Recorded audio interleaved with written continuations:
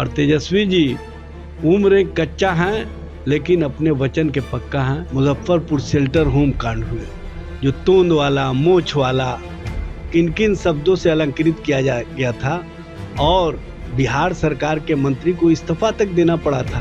Double engine सरकार में किस तरह से काम होते हैं ये बताने की आवश्यकता नहीं। बच्चियों के साथ जिस तरह का व्यवहार, चाहे अभी गाय घाट का मामला हो या आपको पटेल नगर का मामला हो, यह स्पष्ट रूप से दिखा। हम महिलाओं के सम्मान, शोषितों, दलितों, पीड़ितों, आदिवासियों, अल्पसंख्यकों के मान सम्मान के प्रति हमारा जो संकल्प है, 400 रुपये सामाजिक सुरक्षा पेंशन के दिए जा रहे थे वो हम 1500 रुपये करने जा रहे हैं। ये हमारा संकल्प है, ये हमारी सोच है।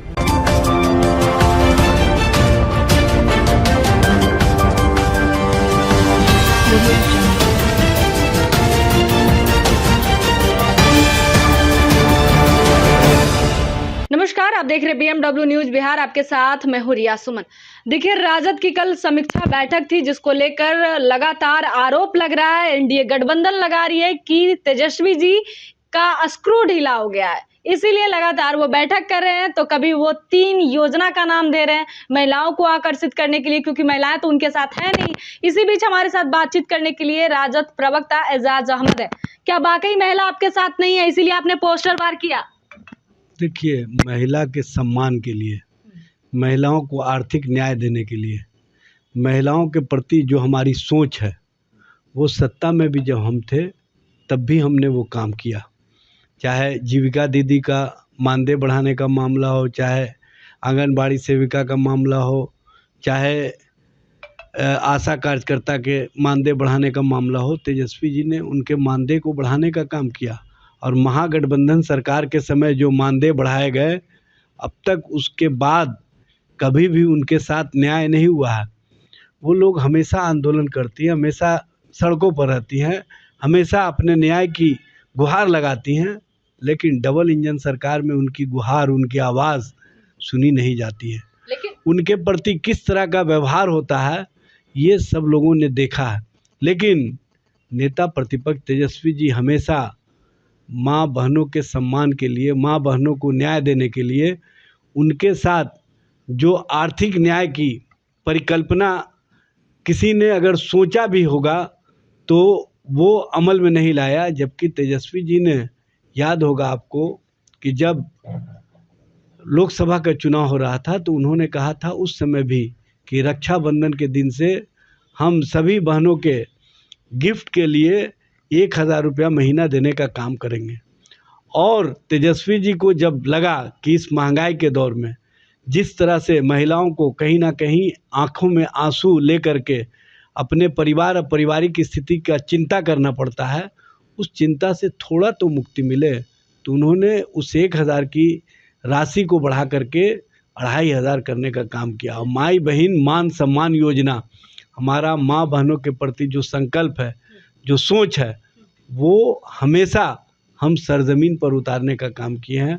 और तेजस्वी जी उम्र कच्चा हैं लेकिन अपने वचन के पक्का हैं। ये बात बिहार की हर जनता, हर महिलाएं, हर आवाम कह रही है। लेकिन एजाज जी, इसी मुद्दे पर तो बवाल खड़ा हो रहा है विपक्ष का कि जब आप सत्ता में थे तो एक IPS की पत्नी का रेप हुआ था, तब आप लोग कहाँ थे? देखिए, जब तो आप ही की सरकार थी तो कहाँ माँ बहन का आप रक्षा करते? देखिए, अभी जिस तरह से मुजफ्फरपुर शेल्टर होम कांड हुए जो तोंद वाला, मोछ वाला, किन किन शब्दों से अलंकृत किया गया था और बिहार सरकार के मंत्री को इस्तीफा तक देना पड़ा था। आज भी वो शेल्टर होम की बच्चियां न्याय की गुहार लगा रही हैं। माननीय सर्वोच्च न्यायालय ने किस तरह की टिप्पणी की थी कि बिहार में उनको न्याय नहीं मिल सकता है, बिहार सरकार उनके न्याय के प्रति गंभीर नहीं है। तो इस मामले को उन्होंने दिल्ली कोर्ट ट्रांसफ़र करवाने का काम किया था और दिल्ली से कुछ लोगों को न्याय मिला, कुछ लोगों को जेल की सलाखों में जो भेजा गया उनको सज़ा भी मुकर्रर हुई। लेकिन आज भी जो मेन अभियुक्त है उनको बचा लिया गया है और CBI जांच जो दिया गया वो भी मामले ठंडे बस्ते में चले गए, चूँकि डबल इंजन सरकार है। डबल इंजन सरकार में किस तरह से काम होते हैं ये बताने की आवश्यकता नहीं। बच्चियों के साथ जिस तरह का व्यवहार, चाहे अभी गाय घाट का मामला हो या आपको पटेल नगर का मामला हो, यह स्पष्ट रूप से दिखा। भारतीय जनता पार्टी के सांसद बृजभूषण शरण सिंह ने महिला खिलाड़ियों के साथ जिस तरह से यौनाचार व्यभिचार की घटनाएं की और जिस तरह से भारतीय जनता पार्टी उनके साथ खड़ी दिखाई दी, पूरे देश की महिला खिलाड़ियों ने, पूरे देश ने आंदोलन किया, लेकिन भारतीय जनता पार्टी अपने सांसद को पार्टी से नहीं निकाली, बल्कि उनको उपकृत किया, उनके बेटा को लोकसभा का टिकट दिया। ये कौन सा महिलाओं के प्रति न्याय है? ये कौन सा सोच है? स्पष्ट करे भारतीय जनता पार्टी और जनता दलियों के नेता। आप कह रहे हैं कि महिला की विकास की बात कर रहे हैं, तो वो कह रहे हैं कि वो परिवार का विकास से फुर्सत मिले उनको, तभी तो महिला का विकास कर पाए वो। देखिए, राष्ट्रीय जनता दल का परिवार पूरा बिहार है और राष्ट्रीय जनता दल ने पहली बार बिहार को एक महिला मुख्यमंत्री दे करके ऐतिहासिक कार्य किया। और श्रीमती राबड़ी देवी जी ने मुख्यमंत्री बनने के बाद जो शोषित, वंचित, पीड़ित, दलित, आदिवासी की बच्चियाँ थी, उनके साथ न्याय और न्यायिक प्रक्रिया को आगे बढ़ाने का काम किया और उनको हर स्तर पर जो मान सम्मान मिलना चाहिए वो देने का काम किया है। हम शोषितों, वंचितों, पीड़ितों, दलितों, आदिवासियों, अल्पसंख्यक समाज की बच्चियों के साथ न्याय चाहते हैं और उस न्याय की प्रक्रिया में, उस न्याय की परिधि में पूरा बिहार मेरा परिवार है। अगर ये लोग संकुचित सोच के हैं, संकुचित मानसिकता के हैं, कुंठित सोच के साथ काम कर रहे हैं, तो ये उनका विचार, उनको सिरोधार्य। लेकिन हम महिलाओं के सम्मान, शोषितों, दलितों, पीड़ितों, आदिवासियों, अल्पसंख्यकों के मान सम्मान के प्रति हमारा जो संकल्प है, उस संकल्प को हम किसी भी कीमत पर आगे बढ़ने से वो लोग चाहे जितना भी साजिश कर ले, रोक नहीं पाएंगे। हमारा संकल्प है, हम उस संकल्प को पूरा करेंगे।